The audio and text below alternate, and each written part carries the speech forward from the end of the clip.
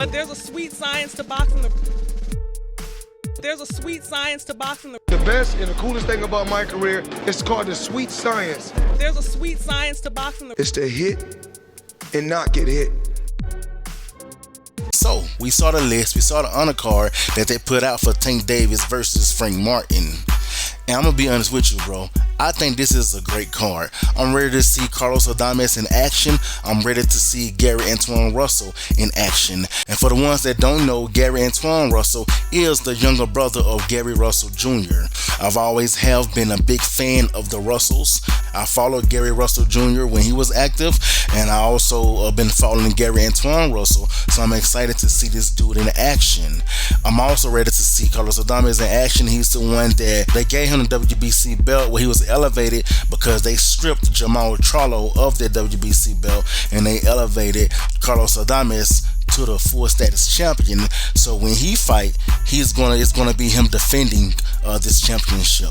And I'm just ready to see this, man. I'm ready for this great event. So we got Tank, we got David Benavidez, we got Gary Antoine Russell, and we got Carlos Adames. And all the 4 guys that I named, those guys will be walking away with those wins on that fight night. That's a guarantee. Then you got Teofimo Lopez. Who is he going to be fighting? Honestly, I really don't know. The only thing that stood out about me is that this guy has 7 losses. And I ain't trying to be funny. Those are just the facts. That's what stood out to me. Now, when it comes to this fight, I know that we've been knew about this like a month ago, but I'm only just talking about it because Top Rank want to post it again like it's some type of flex or something. But Teofimo Lopez is the same guy who claims to be the takeover. Takeover of what? Of the bums? Damn. I don't get what the whole takeover thing is. This guy named is Steve Claggett. I don't even know if I'm even pronouncing his name right. Hopefully I am. If I'm not, it is what it is. You gotta just keep on pushing. Hey, my road don't stop right here. Even Keyshawn Davis had tweeted about this a while back. He said, "This is so sad. I would have took the same amount of money, bro, taking to fight you, Till.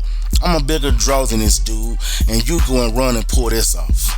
Shaking my head. Not you ducking. Shaking my head. Not you, the old school fighter.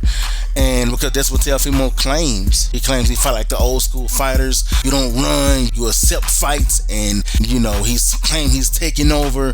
And it ain't like I'm making this stuff up. This is stuff that he claims, but he don't show it. And even you guys try to talk about Tank. Well, what about Tank? He's fighting nobody too. Really? You really calling Frank Martin a nobody? I know he's not a champion, but you really calling him a nobody? He's ranked number 2 for the WBA. And that's the title that they're going to be fighting for. You know what ranking Steve Claggett is for the WBO? He's ranked number 10. And that's now. He actually wasn't even ranked number 10. They just updated it May the 20th, which was yesterday. And I remember checking before yesterday, he was ranked number 13. He wasn't even top 10. They just put him at top 10. So, I'm looking forward to these fights, man. And honestly, when it comes to Teofimo Lopez, like I say, I started out liking Teofimo Lopez, and I still like him. But of course, when you do stuff like this, you tell Keyshawn Davis that he can't get a fight, and he gotta earn it. Then you turn around and fight somebody like Steve Claggett, somebody with 7 losses. It makes me question who you are. It makes me question your ability, and it makes me question if you really who you say you are when you say that you are the takeover and that you are about to take over. Because this right here is not how a top fighter take over.